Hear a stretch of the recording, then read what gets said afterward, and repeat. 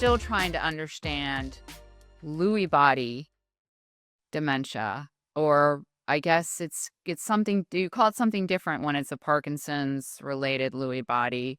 And I'll just tell you from the elder law perspective, what we're seeing in society is a lot of negative with a Lewy body dementia diagnosis. We see facilities that refuse to accept people with Lewy body dementia, and a general kind of perception out there that Lewy body dementia is really a negative thing, and that we almost try and discourage doctors from diagnosing Lewy body.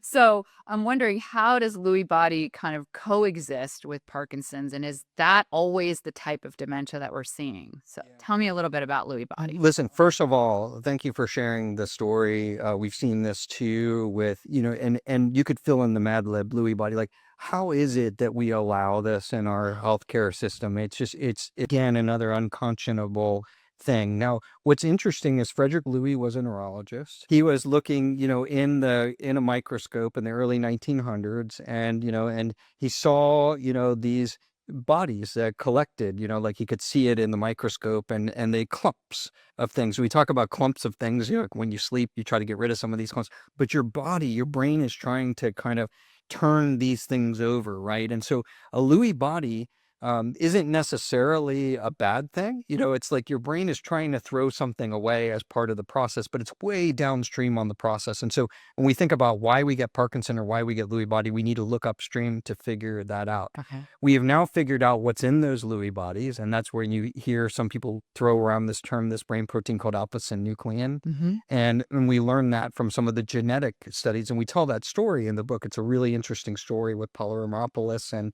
this whole Greek Italian family that gets Parkinson. So we see these Lewy bodies appear.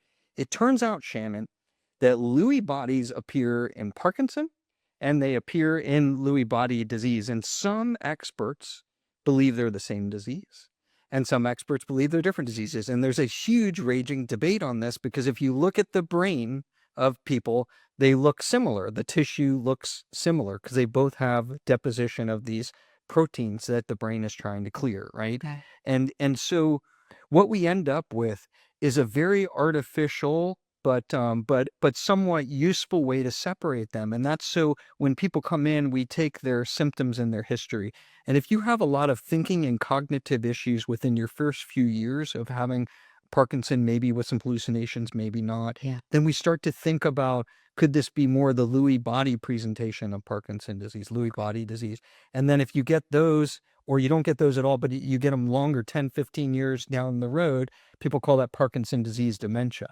But if you give it to a pathologist, and we never ask people for their brains until they're done with them, but if you give it to the pathologist and you let the pathologist, cut the brain, and you look at it and you don't tell them anything about, where they had in the first 5 years or the last 5 years, if you don't tell them anything, they can't tell. They can't tell the difference. Okay.